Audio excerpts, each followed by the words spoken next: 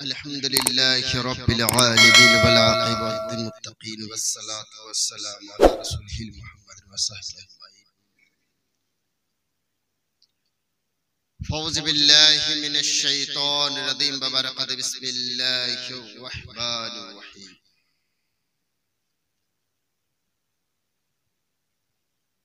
إن الدين عند الله الإسلام. صدق الله العظيم وصدق رسوله النبي أمين الكريم. نحن على ذلك من الشاهد والشاكر الحمد لله رب العالمين. समस्त प्रशंसा समस्त गुणभाजन महान अल्लाह तबारक ताला जन्ना तिनी अक्षय अव्यय निरंजन निराकारवाद द्वैवाद हुला शारिक तारपरे परे আসুন আকে ইমদার মদিনে তাজদার জনাবে আকা মুহাম্মদুর রাসূলুল্লাহ সাল্লাল্লাহু তাআলা আলাইহি ওয়াসাল্লাম প্রতি একবার ভক্তি ভরে মধুর সুরে কোকিল কণ্ঠে দরুদ নজরানা পেশ করুন আল্লাহুম্মা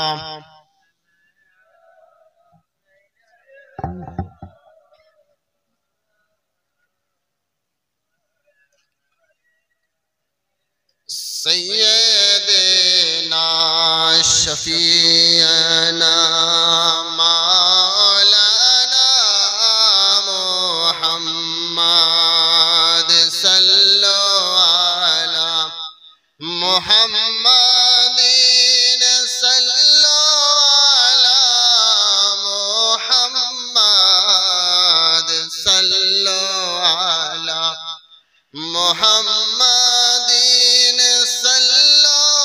अला मुहम्मद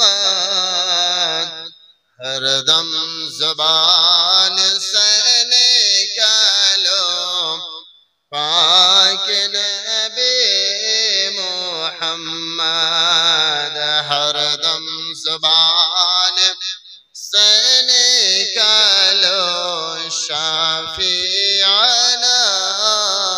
मुहम्मद सल्लल्लाहु अलैहि वसल्लम। बिरादर इस्लाम, আপনাদের সম্মুখে কোরআন মাজিদ ফুরকান হামিদ হতে একটা আয়াত কারিমা তেলাওয়াত করেছি। যে আয়াত কারিমা আপনারা বারবার শুনতে থাকেন। বাস আয়াত কারিমাকে সম্মুখে রেখে দু চার কথা বলে আমার বক্তব্য সমাপ্ত ঘটাবো। কারণ মাদ্রাসার হেড মুদারিস রয়েছেন এবং বাহিরাগত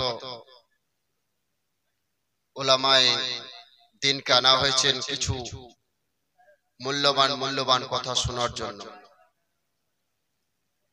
আল্লাহ তাবারক তাআলা পবিত্র কোরআন মাজিদের মধ্যে ইরশাদ করছেন, ইন্না দীনা ইনদাল ইসলাম, ইসলাম ধর্ম সত্য ধর্ম, ইসলাম ধর্ম আল্লাহ তাবারক তাআলার কাছে অতি প্রিয় ধর্ম। ইসলাম এমন এক ধর্ম যে ইসলাম কাউরির কাছ থেকে জ্ঞান নেয় না, ইসলাম সবাইকে জ্ঞান দেয়। আল্লাহ তাবারক তাআলার কাছে আমাদের লাখ লাখ শুকরিয়া যে আমরা উম্মতি মুহাম্মদী হতে পেরেছি, ইসলাম ধর্মের মধ্যে জন্মগ্রহণ করেছি।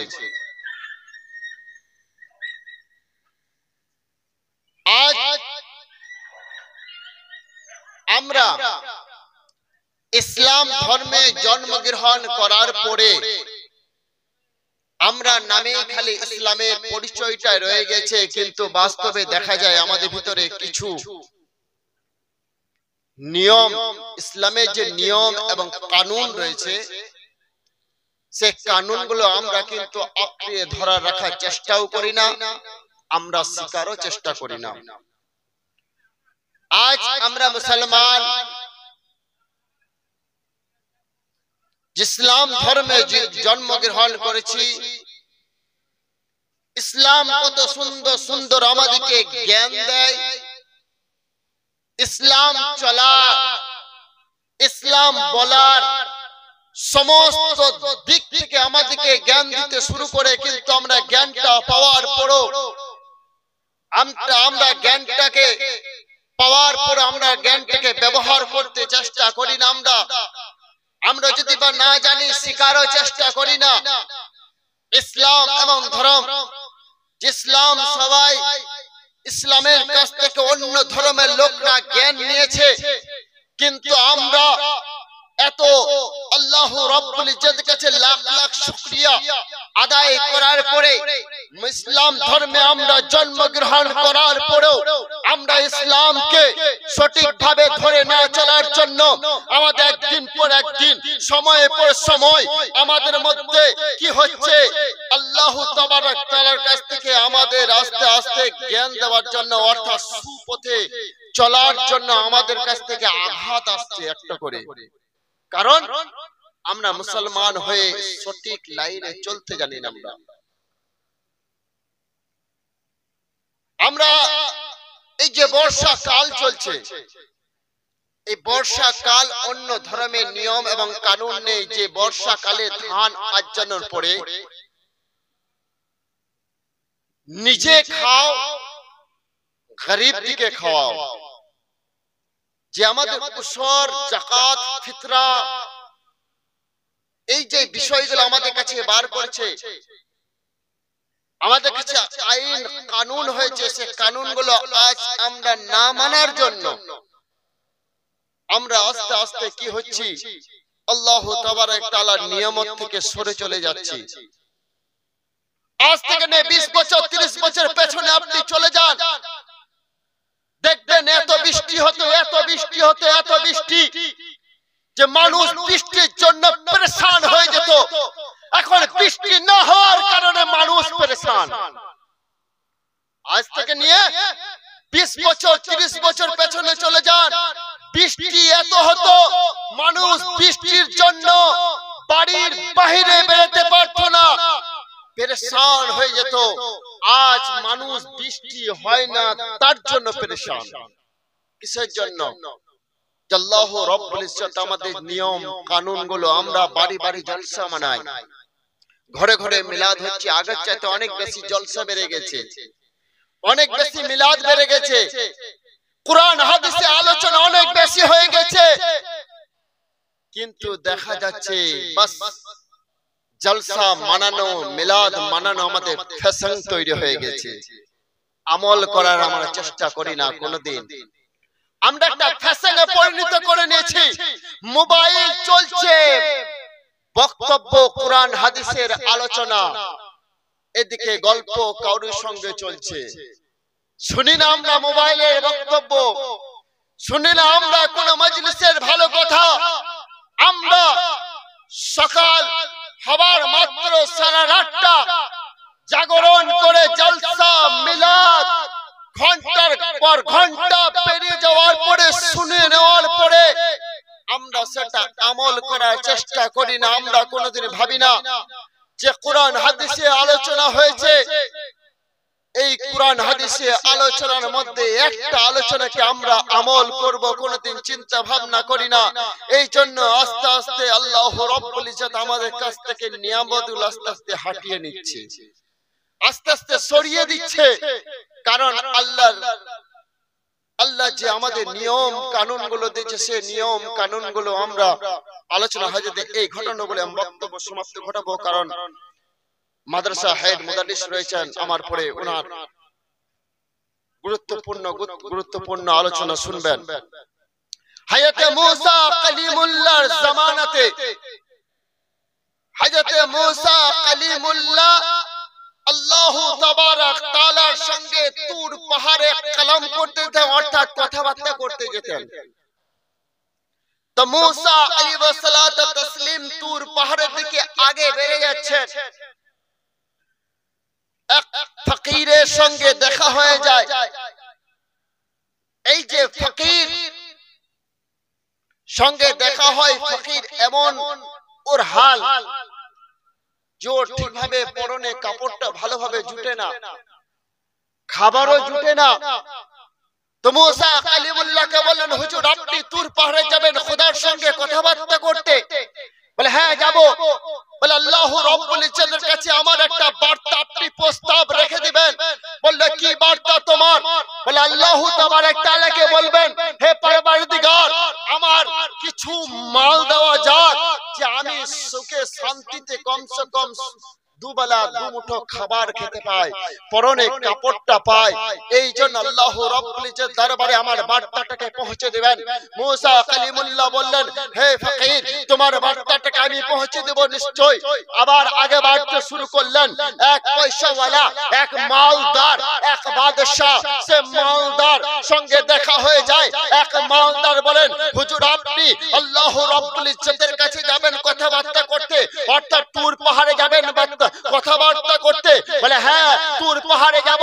বলে হুজুর আল্লাহ রাব্বুল ইজ্জতের দরবার পর্যন্ত, আল্লাহ রাব্বুল ইজ্জতের কাছ পর্যন্ত আমার বার্তাটা আপনি পৌঁছে দিবেন। বলে নিশ্চয়ই, কি বার্তা বলো? বলে হুজুর আপনি আল্লাহ রাব্বুল ইজ্জতের দরবারে এই প্রস্তাবটা আমার কাছে, আমার প্রস্তাবটা পৌঁছে দিবেন যে আমার এত মাল হিসাব রাখতে পারছি না, যেন আমার মালটা কম হয়ে যায়, এই প্রস্তাবটা রেখে দিবেন। আল্লাহ রাব্বুল ইজ্জত দরবারে মুসা কালিমুল্লাহ পৌঁছে গেলেন। মুসা কালিমুল্লাহ যখন পৌঁছে যায়, কথাবার্তা হওয়ার পরে তারপর প্রস্তাবগুলো রাখলেন। আল্লাহ রাব্বুল ইজ্জত দরবারে, পরওয়ারদিগার তোমার এক বান্দা সে ফকির, তার কোনো মাল নেই, তার খাবারে এমন কিছু নেই, পোশাক নেই, আপনার কাছে দরবারে আমার ওর বার্তাটা পৌঁছার জন্য বলা হয়েছে। আমি আপনার কাছে মিনতি করি যে তার কিছু মাল হোক ফকিরের, সে কিন্তু দুবেলা দুমুঠো যেন খেতে পায়, পরনে কাপড়টা পায়। আল্লাহ রাব্বুল ইজ্জত বলে ওই বান্দাকে, হে মুসা কালিমুল্লাহ ওই বান্দাকে বলে দাওগা যা কিছু আমার তরফ থেকে নিয়ামত পাবে আল্লাহ আমার জন্য শুকরিয়া আদায় করে। যতটুকুই আমার কাছ থেকে নিয়ামত পাবে সেই নিয়ামতটা পেয়ে আমার শুকরিয়া আদায় করে। এই কথা বলার পরে আবার মুসা কালিমুল্লাহ বলে, পরওয়ারদিগার এক মালদার বার্তা পৌঁছানোর জন্য বলেছে যে এত মাল ওর যেন মাল কমে যায়, মাল যেন ঘাটতি হয়ে যায়, এত মালের হিসাব রাখতে পারছে না।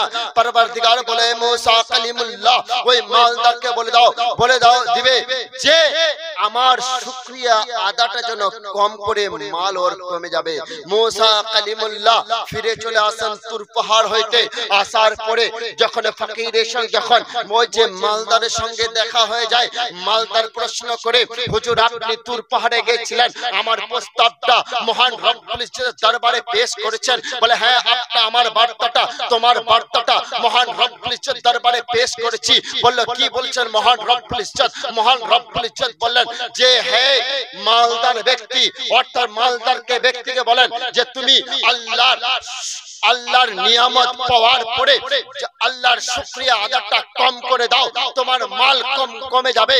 ওই যে মালদার ব্যক্তি বলে যে আল্লাহ রাব্বুল ইজ্জত চাহে আমার মাল কমিয়ে দেখ, চাহে আমার মাল বাড়িয়ে দেখ, আমার কোনো চাই আসে না, যত আল্লাহ রাব্বুল ইজ্জতের দরবারে শুকরিয়া আদায় করার জন্য কোন রকমে আমি কমতি রাখবো না, আমি আল্লাহর শুকরিয়া আদায় করব, চাহে বাড়িয়ে দেখ চাহে কমিয়ে দেখ, আমার কোনো চাই আসে না। আল্লাহ রাব্বুল ইজ্জতের দরবারে আমি কি করব? শুকরিয়া আদা করছি, করেই যাব। এই কথা বলার পরে যে মুসা কালিমুল্লাহর সঙ্গে আবার চলে যাচ্ছেন, দেখছে মরুভূমির দিকে যাচ্ছেন। ওই যে ফকির বার্তাটা মহান রব্বুল ইজ্জতের দরবারে পৌঁছানোর জন্য বলা হয়েছিল, এই বার্তাটা যে ফকিরের সঙ্গে দেখা হয় মরুভূমির মধ্যে, দেখলেন যে ফকিরের সময় পরনের কাপড়ে নেই, নিজের ইজ্জতখানা বালু দিয়ে ঢেকে রেখেছে। মুসা কালিমুল্লাহ দিকে পেরিয়ে যাওয়ার মাত্র ফকির বলে, হুজুর আপনি আমার কথাটা, আমার বার্তাটা আল্লাহ রাব্বুল ইজ্জতের দরবার পর্যন্ত পৌঁছেছেন? বলে হ্যাঁ আল্লাহ রাব্বুল ইজ্জতের দরবার পর্যন্ত পৌঁছে দিয়েছি, কিন্তু মহান রব্বুল ইজ্জত কি বলেছে? বলল যে যতটুকু মাল পাবে ততটুকু যাহা কিছু পাবে আল্লাহ রব্বুল ইজ্জতের শুকরিয়া আদায় করবে। আল্লাহ রব্বুল ইজ্জতের যদি বা শুকরিয়া আদায় করো বেশি বেশি করে, তোমাকে মহান রব্বুল ইজ্জতে তোমার মাল বাড়িয়ে দেবে, অর্থাৎ রিস্ক তোমার বাড়িয়ে দেবে।